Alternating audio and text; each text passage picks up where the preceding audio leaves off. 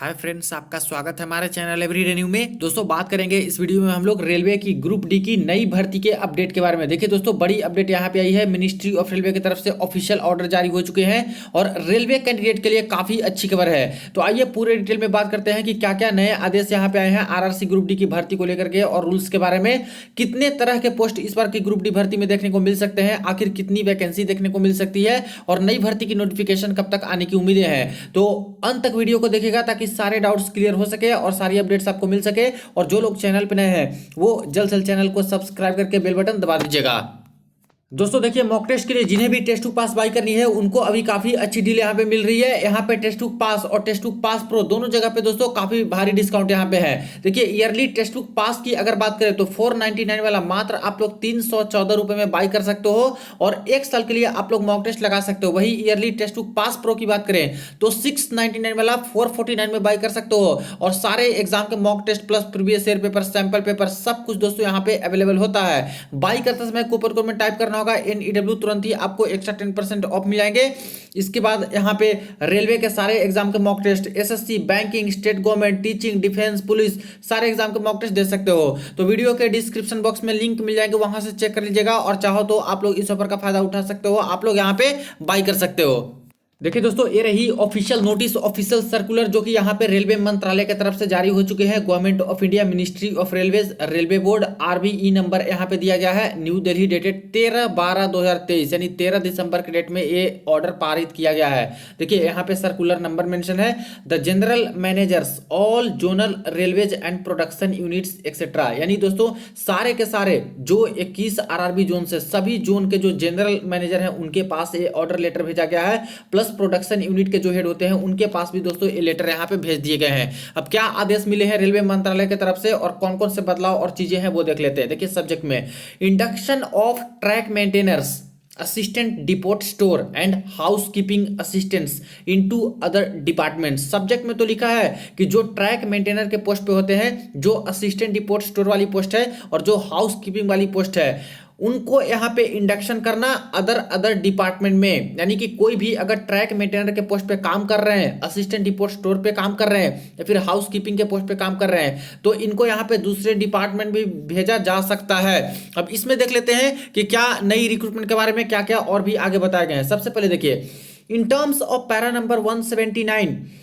14 of IREM, यानी कि Indian railway employment manual, volume number 1, 10% of the vacancies in workshops and in signal telecommunication, electrical engineering, mechanical engineering, traffic and commercial department and worksite engineering department in divisions by transfer from amongst regular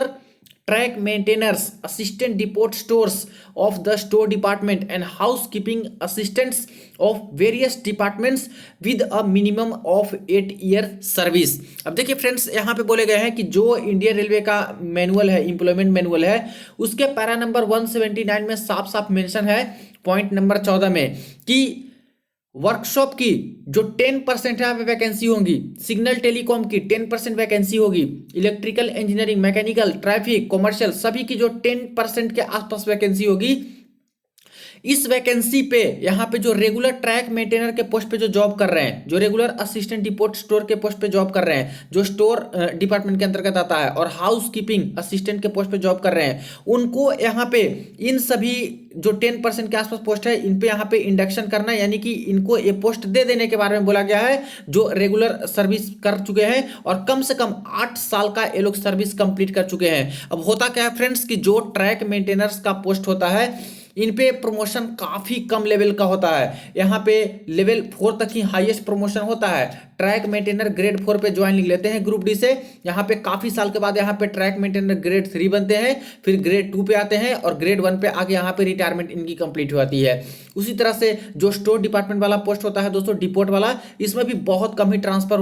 बहुत कम ही यहाँ पे promotion हो पाते हैं। House keeping वाले में तो और भी कम यहाँ पे प्रमोशन हो पाता है। इसीलिए यहाँ पे रेलवे ने एक प्रावधान निकाला कि यहाँ पे कोई भी अगर कैंडिडेट चाहे तो ट्रैक मेंटेनर के पोस्ट पे अगर इनको मन नहीं लग रहा है, काम नहीं करना है आगे, तो 10% जो पोस्ट है चाहे तो वर्कशॉप में जा सकते हैं, चाहे एसएनटी में जा सकते हैं, चाहे इलेक्ट्रिकल इंजीनियरिंग मैकेनिकल जिस पोस्ट में भी जाए तो वो इसका फायदा उठा करके अपना पोस्ट बदल सकते हैं बिना कोई एग्जाम दिए हुए। सबसे अच्छी बात है कि कोई भी बिना एग्जाम दिए हुए डायरेक्ट आपका ट्रांसफर हो जाएगा इस पोस्ट से इस पोस्ट पे, ठीक है। वैसे ही इन सभी 3 पोस्ट के बारे में यहाँ पे बता दिए हैं रेलवे ने कि ये सारे पोस्ट वाले चाहे तो जा सकते हैं किसी भी पोस्ट पे, ग्रुप डी के कोई भी पोस्ट पे, जो 10% वैकेंसी यहाँ पे रहने वाली है अब से। अब आगे देख लेते हैं आगे क्या बताया गया है। To regulate induction of track maintainers and specified categories into other department, यानी कि ये जो सारे पोस्ट के बारे में बताया गया है कि इनको अदर डिपार्टमेंट में भेजने की जो प्रक्रिया होती है तो कैसे रेगुलेट किया जाएगा। Following guidelines are laid down for the purpose of lateral intake, तो कई सारे गाइडलाइंस है जो कि पालन करने होंगे इस लैटरल इंटेक करने के लिए, यानी कि लैटरली एक पोस्ट से दूसरे पोस्ट में आपको जाने के लिए। अब देखिए नई वैकेंसी के बारे में मैं क्यों बोल रहा हूं, यहां पे देखिए फर्स्ट पॉइंट में ही इन्होंने मेंशन कर रखा है, रेलवे मंत्रालय ने जो ऑर्डर दिया है, lateral intake is to be worked out at the time of indents placed for direct recruitment. देखिए डायरेक्ट रिक्रूटमेंट, जिस भर्ती का लंबे समय से छात्र इंतजार कर रहे हैं ओपन कैटेगरी की भर्ती का कि आखिर ओपन कैटेगरी की भर्ती आएगी कब। जैसे कि ग्रुप डी की प्रीवियस भर्ती की बात करें तो 2018 में और इसके बाद 2019 में, 2018 में आया था 63,000 पोस्ट पे और 2019 में आया था 1,03,000 पोस्ट पे। इसके बाद तो कोई भर्ती देखने को नहीं मिली है, लेकिन अब जाके दोस्तों अभी अपडेट आ चुका है कि डायरेक्ट रिक्रूटमेंट का जो यहाँ पे भर्ती होंगी and accordingly indent to be suitably inflated for track maintainer intake and the lateral intake is to be effected on receipt of the direct recruitment। देखिए डायरेक्ट रिक्रूटमेंट लेवल 1 पैनल, यहाँ पे ये बोला गया है रेलवे मंत्रालय की तरफ से कि जब भी यहाँ पे इंडेंस मंगाया जाए डायरेक्ट रिक्रूटमेंट कोटा वाली वैकेंसी की, क्या होता है कि जब भी आपकी कोई भर्ती आती है दोस्तों, नई भर्ती आती है तो मिनिस्ट्री ऑफ रेलवे सबसे पहले क्या करती है कि सारे के सारे जो जोन्स हैं उनको यहाँ पे मांग पत्र भेजती है, इंडेंट प्लेस करने के लिए भेजा जाता है कि आपके जोन में ग्रुप डी की कितनी कितनी वैकेंसी है। जैसे ईस्टर्न रेलवे में भेजा जाएगा, नॉर्दर्न रेलवे में भेजा जाएगा, ईस्ट सेंट्रल रेलवे में, साउदर्न रेलवे में, सारे के सारे जोन में भेजे जाते हैं कि अपने अपने जोन की टोटल वैकेंसी का आंकड़ा है जो मेरे पास भेजिए। और जब ईस्टर्न रेलवे के पास जाएंगे, ये सब जोन के पास जाएंगे तो ये जोन क्या करते हैं, ये जोन फर्दर दोस्तों ये जोन के अंदर का डिवीजन रहते हैं। जैसे ईस्टर्न रेलवे की बात करें तो यहाँ पे हावड़ा डिवीजन है, यहाँ पे आसनसोल डिवीजन है, यहाँ पे दोस्तों मेट्रो रेलवे कोलकाता डिवीजन है, यहाँ पे चित्तरंजन लोकोमोटिव वर्क्स है और सारे यहाँ पे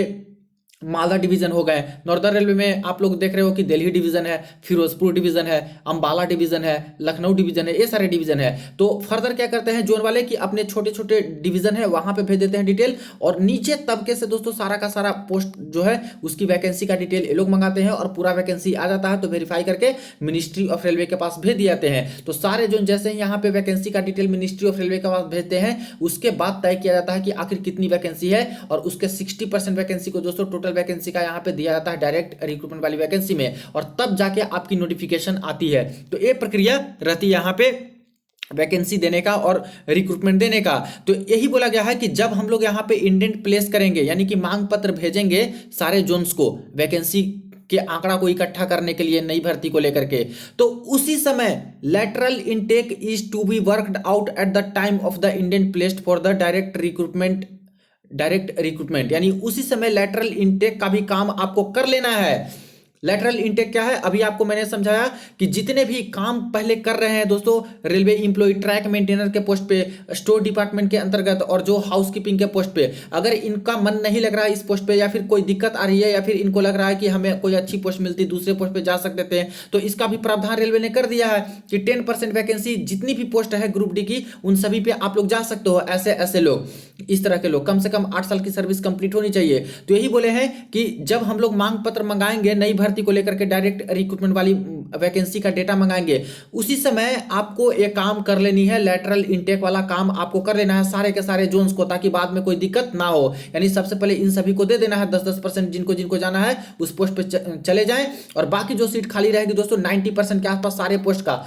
जैसे मान लेते हैं कि वर्कशॉप वाली जो पोस्ट है उसके 10% दे दिया गया ट्रैक मेंटेनर को यहाँ पे प्रमोट करके, जो 8 ईयर का सर्विस कर चुके हैं, तो आखिर 90% तो आसपास सीटीज की खाली रहेंगी ही। उसी तरह से पॉइंट्समैन का मान लेते हैं 10% दे दिया इन लोगों के लिए, ट्रैक मेंटेनर, असिस्टेंट डिपोट और हाउसकीपिंग वाले के लिए जिनको जाना होगा तो। लेकिन इस पॉइंट्समैन के भी तो 90% जो वैकेंसी है वो खाली रहेंगी। तो ये सारे जो 90% के आसपास वैकेंसी है ये पूरा फ्रेश यहाँ पे मिनिस्ट्री ऑफ रेलवे के पास जाएंगे और उसके अकॉर्डिंग दोस्तों डायरेक्ट रिक्रूटमेंट यानी कि नई भर्ती आपकी आएंगी। तो एक तरह से पॉजिटिव साइन है दोस्तों। और यहां पे कह सकते हो कि जो डायरेक्ट रिक्रूटमेंट की भर्ती का छात्र इंतजार कर रहे हैं उनका प्रक्रिया यहां पे एक तरह से मिनिस्ट्री ऑफ रेलवे ने शुरू कर दिया है ग्रुप डी की भर्ती को लेकर के भी। क्योंकि इस तरह से दोस्तों जो साइन आ रहे हैं निकल के, जो अपडेट आ रहे हैं, भर्ती देने से पहले ही तो ये सारी चीज प्रक्रिया कंप्लीट कराती है रेलवे, ताकि कोई दिक्कत ना रहे और उसके बाद यहां पे भर्तियां दे सके। जैसे 2 दिन पहले ही मैंने आपको अपडेट दिया है फ्रेंड्स, जैसे कि असिस्टेंट लोको पायलट की भर्ती और टेक्नीशियन की भर्ती आने वाली है, उसके रिगार्डिंग पहले ही जो रिवाइड एजुकेशनल क्वालिफिकेशन का डेटा है सब कुछ क्लैरिफाई करके इन्होंने जारी कर दिया।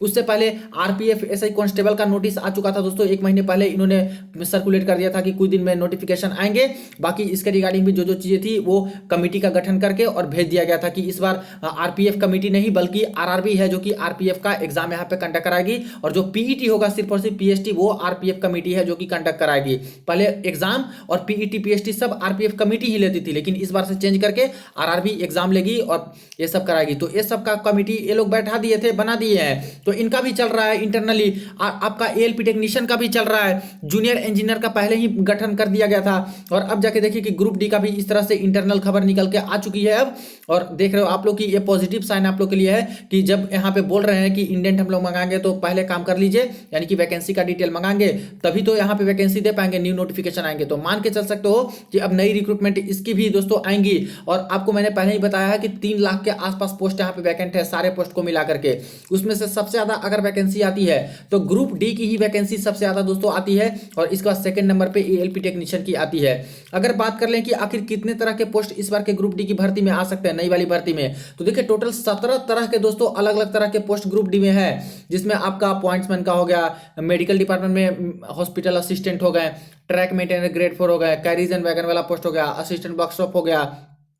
असिस्टेंट टीआरडी पोस्ट हो गए, और कई तरह के पोस्ट है दोस्तों, स्टोर डिपार्टमेंट वाले पोस्ट हो गए। तो काफी तरह के पोस्ट हैं, और जिनको जैसी पोस्ट चाहिए होती है फॉर्म भरते समय आप लोग को सिलेक्ट करना होगा, पोस्ट प्रेफरेंस डालना होगा, वही सारे पोस्ट आपको मिलते हैं एग्जाम निकलने के बाद। रही बात की वैकेंसी कितनी आ सकती है, तो देखिए अभी तक तो ऑफिशियल डेटा इन्होंने जारी नहीं किया, लेकिन जैसा मैंने आपको बताया कि सबसे ज्यादा वैकेंसी दोस्तों ग्रुप डी की आती है। 2018 में यहाँ पे 63,500 के आसपास पोस्ट पे भर्तियां निकली थी। 2019 में दोस्तों उतना नहीं था यहाँ पे एक्सपेक्टेड, तभी दोस्तों 1,03,000 के आसपास इन्होंने निकाल दिया था। इस बार भी इलेक्शन का ही मामला है फ्रेंड्स, और वैकेंसी तो अच्छी खासी ये लोग देंगे ही, तो इस बार भी ठीक ठाक पोस्ट पे आपको देखने को मिलेगी। 65,000 तो प्लस आपको पोस्ट देखने को मिलेगी, मिनिमम 65,000 प्लस रहता ही रहता है ग्रुप डी का दोस्तों। इसके बाद एक्स्ट्रा जितना जोड़ लीजिए आप लोग, हो सकता है 1 लाख के आसपास इस बार भी अनाउंसमेंट करें, क्योंकि हमेशा सबसे ज्यादा पोस्ट जो वैकेंट होती है वो ग्रुप डी में ही होती है। जॉब छोड़ने वाले की संख्या भी बहुत ज्यादा ग्रुप डी में लगातार होते चली जाती है, तो इसलिए यहाँ पे ज्यादातर पोस्ट पे आपको भर्तियां इस बार भी देखने को मिलेंगी ग्रुप डी में। नोटिफिकेशन की बात कर ले तो नोटिफिकेशन का मैं वही बोलूंगा कि अभी तक इंटरनल सर्कुलर तो आ रहे हैं, लेकिन शॉर्ट नोटिफिकेशन ये लोग जारी नहीं कर रहे हैं। तो इंटरनली तो काम सारा कुछ चल रहा है, और इलेक्शन का मुद्दा जैसा कि ये लोग बनाते ही हैं, और जैसे कि दोस्तों मिनिस्ट्री ऑफ रेलवे में ज्यादा वैकेंसी आती है तो ये सब चीजें हो भी जाती है, हमेशा का ये सब देखा गया है। तो मान के चल सकते हो कि इलेक्शन के पहले ही वही जनवरी एंड तक या फिर फरवरी के आसपास ही नोटिफिकेशन इसके भी आने की उम्मीदें हैं। लेकिन बहुत अच्छी खबर एक तरह से है ये जो सर्कुलर आई है कि आपका काम एक तरह से शुरू हो चुका है, ग्रुप डी का भी भर्ती को लेकर के मिनिस्ट्री ऑफ रेलवे यहाँ पे काम करना शुरू कर चुकी है। आगे देख लेते हैं, यहाँ पे आगे बोले गए हैं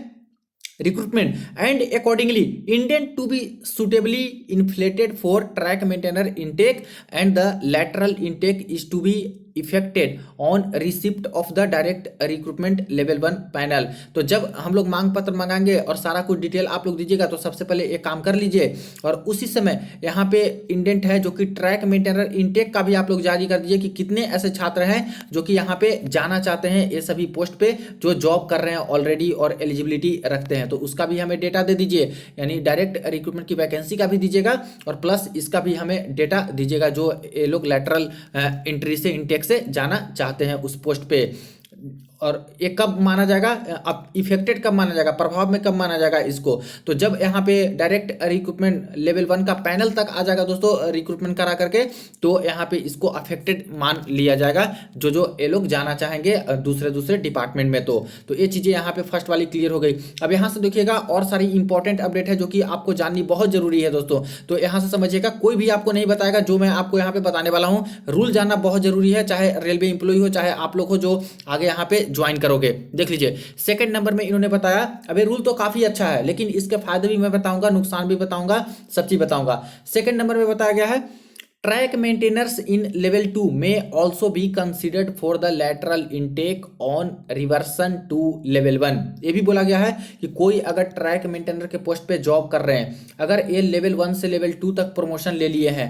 तो ऐसे इंप्लॉय भी हैं वो भी यहाँ पे इस रूल का फायदा उठा करके 10% के आसपास पोस्ट है जो कि वर्कशॉप में जा सकते हैं, 10% के आसपास पोस्ट पे पॉइंट्समैन में जा सकते हैं, सिग्नल टेलीकॉम में जा सकते हैं, हॉस्पिटल असिस्टेंट बन सकते हैं, यानी जा सकते हो आप, लेवल 2 में हो तब भी जा सकते हो। तो ये तो इन्होंने रास्ता खोल दिया। लेकिन आप लोग ये भी सोचिए कि कोई कैंडिडेट है जो कि 8 साल नौकरी किए हैं रेलवे में, तो ये अगर लेवल 1 से लेवल 2 में चले गए हैं, तो लेवल 2 में तो फ्रेंड्स यहाँ पे इनकी सैलरी भी बढ़ गई है। लेकिन अगर यहाँ पे लेवल 2 से लेवल 1 में आते हैं, दूसरे पोस्ट में जाते हैं, तो इसका सबसे बड़ा डिमेरिट यही है कि अगर आप कितने भी ऊंचे पोस्ट पे काम कर रहे हो, अगर इस रूल का फायदा उठाते हो, तो सीधा आप लोग सबसे निचले लेवल पे आ जाएगा, यानी लेवल 1 पे आ जाइएगा। यानी कोई लेवल 2 में जॉब कर रहे हैं और उन्हें अगर मान लेते हैं कि पॉइंट्समैन की पोस्ट चाहिए डायरेक्ट, तो ये पॉइंट्समैन पे तो आ सकते हैं इस रूल का फायदा उठा करके, लेकिन पॉइंट्समैन में लेवल 2 पे जॉब इनकी नहीं रहेगी, सीनियरिटी खत्म हो जाएगी और ये हो जाएंगे लेवल 1 पॉइंट्समैन, यानी 1800 ग्रेड पे। और जैसे कि कोई नए ग्रुप डी में ज्वाइन करते हैं पॉइंट्समैन में, जिनकी उतनी सैलरी बनती है, सेम उतनी ही सैलरी उनकी बनेगी, कोई सीनियरिटी लिस्ट कुछ नहीं इनका रहेगा, सब खत्म हो जाएगा। तो यही सबसे बड़ा डिमेरिट इसका है। तो लेकिन फायदा तो इन्होंने दिया है कि अगर कोई हताश हो जाए जॉब करते करते, लग रहा है कि भाई मुझे प्रमोशन नहीं मिलते हैं, जैसे ट्रैक मेंटेनर का क्या है, आप कितना भी काम कर लीजिए, LDCE में आपके रास्ते दोस्तों खुले नहीं रहते हैं, यानी कि जल्दी जल्दी प्रमोशन आप लोग ले नहीं सकते एग्जाम दे देकर, जैसे कि दूसरे डिपार्टमेंट वाले LDCE दे देते हैं 3 साल के बाद और तुरंत लेवल 1 से लेके लेवल 6 में चले गए, कोई जूनियर इंजीनियर बन गए, कोई यहाँ पे स्टेशन मास्टर बन गए, कोई यहाँ पे CCTC बन गए, सीनियर TT बन गए, कोई सीनियर क्लर्क बन गए, LDCE का पेपर दे दे करके। तो ये सारी चीज़ें होती है दूसरे दूसरे पोस्ट में, लेकिन ट्रैक मेंटेनर का कुछ ये सब होता ही नहीं है। तो कोई अगर हताश हो चुके हैं या फिर नहीं करना है ट्रैक मेंटेनर का, तो आ सकते हैं, विजनरी हैं तो पॉइंट्समैन का ले लेंगे और बाद में 3 साल के बाद दूसरे दूसरे पोस्ट पे चले जाएंगे अपना LDCE का पेपर देके, या फिर 5 साल जॉब कर लेते हैं, तो ऐसे केस में स्टेशन मास्टर का इजिली ये लोग भर सकते हैं और उसमें एक एग्जाम देके स्टेशन मास्टर बन सकते हैं, अगर नहीं तो GDC का पेपर तो दे ही सकते हैं। तो ये सारी चीजें हैं, तो जिनको करना होगा वो तो करेंगे, ये रूल तो बना दिया है, अच्छा ही है। जिनको दूसरे डिपार्टमेंट में जाना होगा वो जा सकते हैं। अब थर्ड पॉइंट देखिए, यहाँ पे बोला गया है 10% lateral intake in workshop shall be undertaken with the prior and personal approval of general manager. यानी ये जो 10% लैटरल इनटेक होगा, जो ये सारे पोस्ट वाले जो जाएंगे दूसरे दूसरे पोस्ट में, तो ये दोस्तों prior and personal approval general manager से ही हो जाएगा। यानी कोई एग्जाम कुछ भी नहीं करना है, आपके डिवीजन लेवल से ये शुरू होगा, आपको वहाँ पे एक फॉर्म अप्लाई करना होता है और उसके बाद आपका जो पेपर है ऊपर जाएगा, जनरल मैनेजर का उस पर साइन हो जाएगा, आपका यहाँ पे काम हो जाएगा, पोस्ट आपका तुरंत का तुरंत चेंज हो जाएगा और उस डिपार्टमेंट में आप लोग ज्वाइन हो जाएगा और जब आप लोग करने लगिएगा। तो ये चीज़ें हैं, तो कुछ काम इसमें ज़्यादा नहीं रहता है, कोई एग्जाम कुछ भी नहीं देना होता है। एक चीज़ मैं आपको एडिशनल बताना चाहूँगा, जो मुझे रूल याद है 2018 में ही वो रूल आई थी। अब यहाँ पे एक चीज़ क्या है आपके फायदे के लिए है, जैसे क्या है फ्रेंड्स कि जब 10% लोग मान लेते हैं कि ट्रैक मेंटेनर वाले इंप्लॉई हैं जो कि चले गए वर्कशॉप में,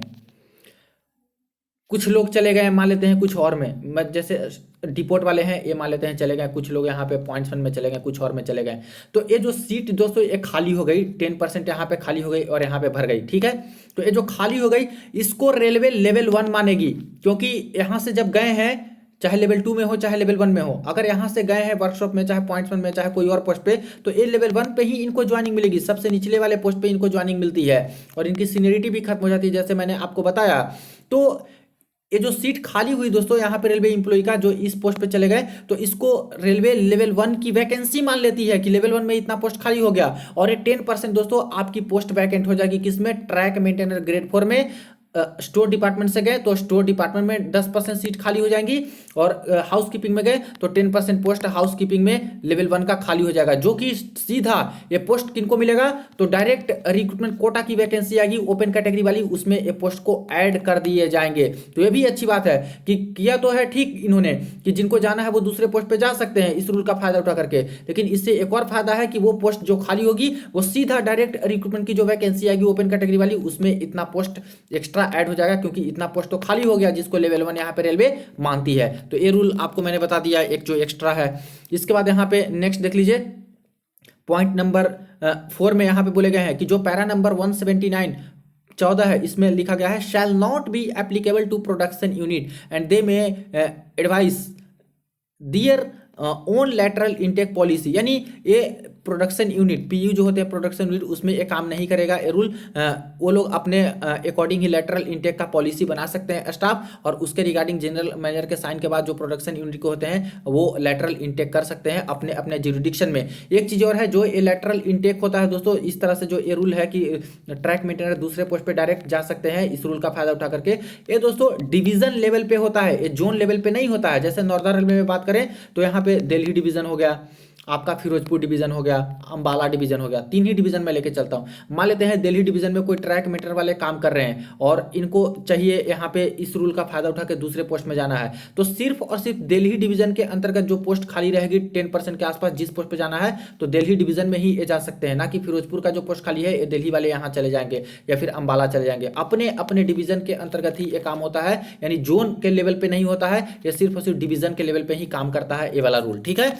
इसके बाद नेक्स्ट बात करते हैं, general manager will have the full power to adopt suitable procedure for implementation of the provision of this paragraph as suited to the local conditions within the framework stipulated by railway board। ये भी बोला गया है कि पूरा का पूरा जो पावर है वो जनरल मैनेजर के पास दे दिया गया है और वो अपने पावर का इस्तेमाल कर सकते हैं, जैसे जरूरत पड़े उसके अकॉर्डिंग यहाँ पे कर सकते हैं, और जिस जोन में यानी कि लोकल कंडीशन जैसा है जो जिस जोन का उसके अकॉर्डिंग देखते हुए इस रूल का फायदा लोगों को पहुंचा सकते हैं। हिंदी वर्जन में यही फॉलो यहाँ पे होगा। तो देखा आप लोगों ने, काफी इंपॉर्टेंट रूल है दोस्तों जो कि यहाँ पे सभी लोग को जानना चाहिए। लेकिन सबसे इंपॉर्टेंट चीज ये निकल के आई है, पॉजिटिव खबर की बात करें तो ये निकल के आई है कि यहाँ पे साफ साफ मिनिस्ट्री ऑफ रेलवे ने आदेश दिए हैं कि जब इंडेंट प्लेस होगा, यानी कि वैकेंसी की डिटेल हम लोग मांगेंगे सारे जोन से नई रिक्रूटमेंट देने के लिए, उसी समय ये काम कर लेना है। यानी कि खबर निकल के ये है कि भर्ती के लिए काम आपका शुरू हो चुका है, ग्रुप डी की भर्ती का भी, यानी जो भर्तियां आएंगी दोस्तों 3 लाख वाले पोस्ट में, उसमें आपका एएलपी टेक्नीशियन का तो भर्ती आएगा ही आएगा, ये तो कंफर्म हो ही चुका है। आपका आरपीएफ एसआई कांस्टेबल का तो आपका भर्ती आएगा ही, इसके बाद junior engineer senior section engineer का तो आएगा ही, लेकिन अब ग्रुप डी का भी एक कंफर्म हो चुका है दोस्तों कि ग्रुप डी की भी भर्ती आएगी अच्छी खासी पोस्ट पे, जो कि इस तरह से इन्होंने लेटर जारी अभी कर दिया है। तो बहुत अच्छी खबर है। जैसे जैसे आगे अपडेट आते हैं, कोई भी इंफॉर्मेशन आएगी, शॉर्ट नोटिस आती है, सबसे पहले आपको अपडेट करूंगा। वीडियो को जितना ज्यादा हो सके दोस्तों के साथ जरूर शेयर कर दीजिएगा। कोई क्वेरी हो कमेंट सेक्शन में पूछ सकते हो। चलिए मिलते हैं नेक्स्ट वीडियो में नेक्स्ट अपडेट में।